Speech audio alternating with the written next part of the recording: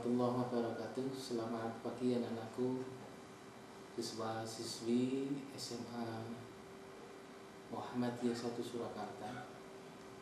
Tentunya senang sekali bisa bertemu dengan anak-anakku kembali di hari Selasa 28 Juli 2020. Tentunya patut kita bersyukur dengan mengucap syukur alhamdulillahirabbil.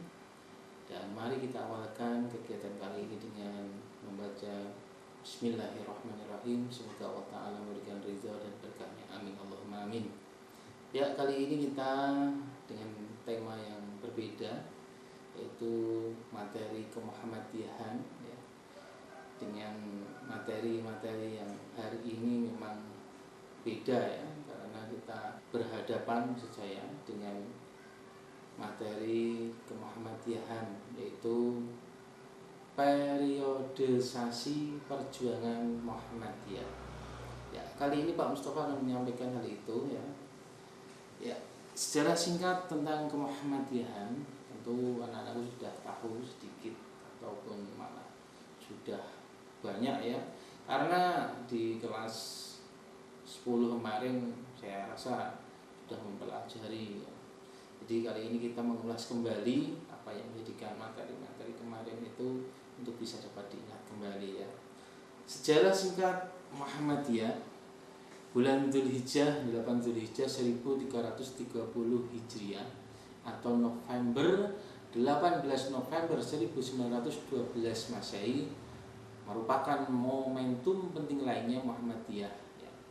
Itulah kelahiran sebuah gerakan Islam modernis terbesar di Indonesia yang melakukan perintisan atau kepeloporan pemurnian sekaligus pembaruan Islam di negeri berpendudukan terbesar Muslim di dunia. Sebuah gerakan yang didirikan oleh seorang kiai alim yang cerdas dan berjiwa pembaru ya, yakni siapa anak-anakku?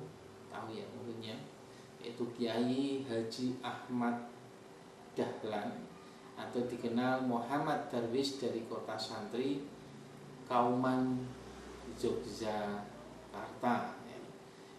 Kata Muhammadiyah tersendiri secara bahasa berarti mengikuti atau pengikut Nabi Muhammad ya.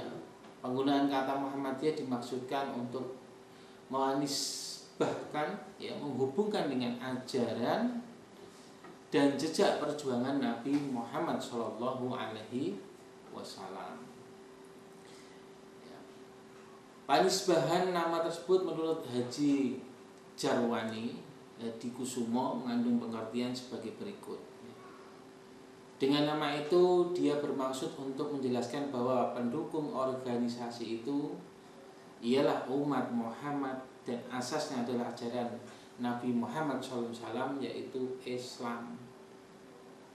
Dan tujuannya ialah memahami dan melaksanakan agama Islam sebagai yang memang ajaran yang serta dicontohkan oleh Nabi Muhammad SAW agar supaya dapat menjalani kehidupan ya, kehidupan di dunia sepanjang kemauan agama Islam.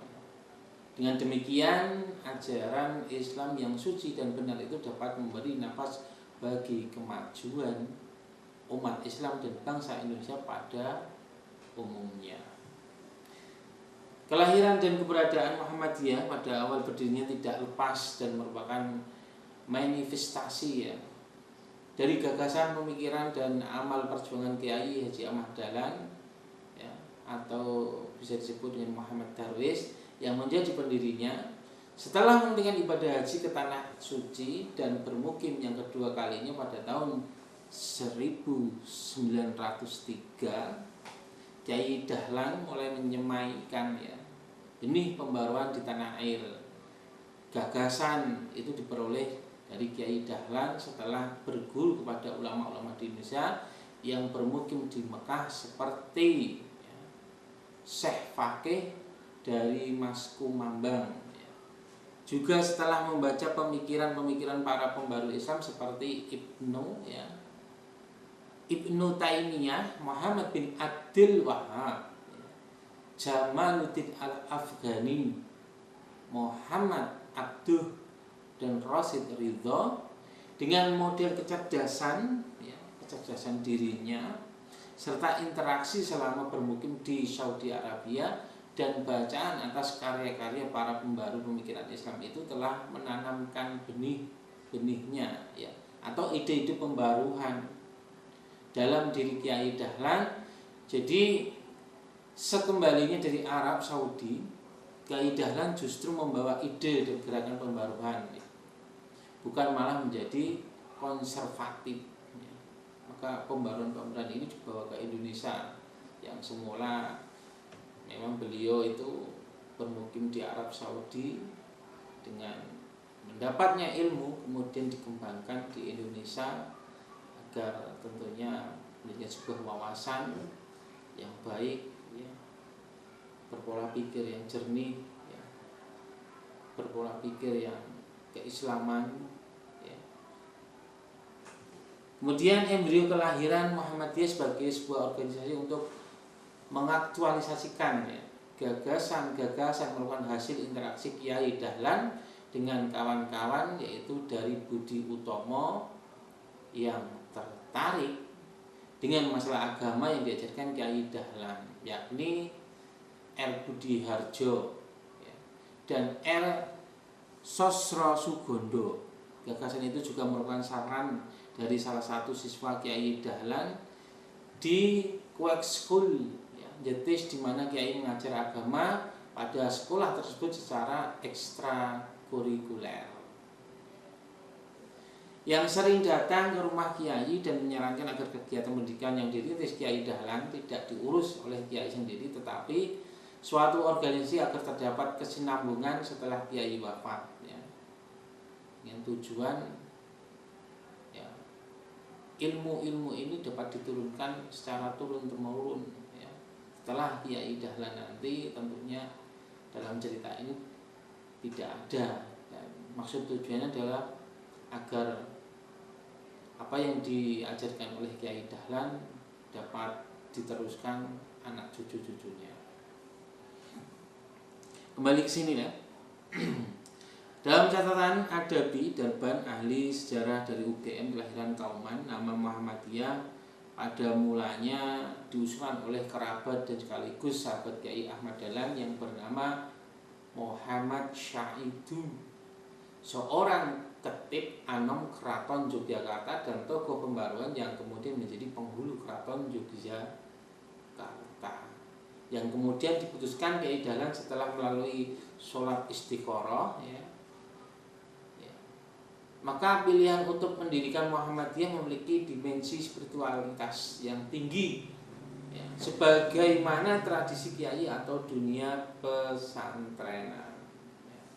Maka gagasan untuk mendirikan organisasi Muhammadiyah tersebut selain itu mengaktualisasikan pikiran-pikiran pembaruan Kiai Dahlan, ya, yang tadinya akhirnya dalam tulisan Jarnawi Hadi Kusuma yang didirikan pada tahun 1911 di kampung Kauman Yogyakarta tersebut merupakan sekolah Muhammadiyah, yakni sebuah sekolah agama yang diselenggarakan di surau seperti pada umumnya kegiatan Islam di waktu itu. Nah, itu salah satunya, ya, salah satu untuk mewujudkan cita-cita Ahmad Dahlan, ya, melalui sekolah.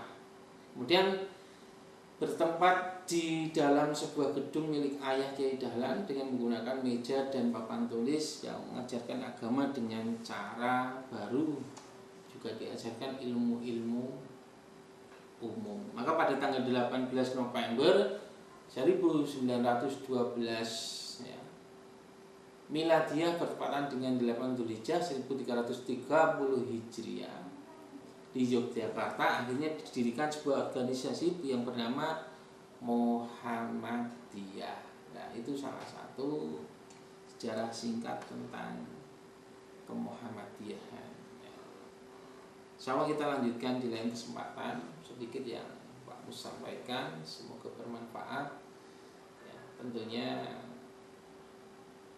bila banyak salah ucap kata, ya, mohon dimaafkan. Sampai ketemu di lain kesempatan. Assalamualaikum warahmatullahi wabarakatuh.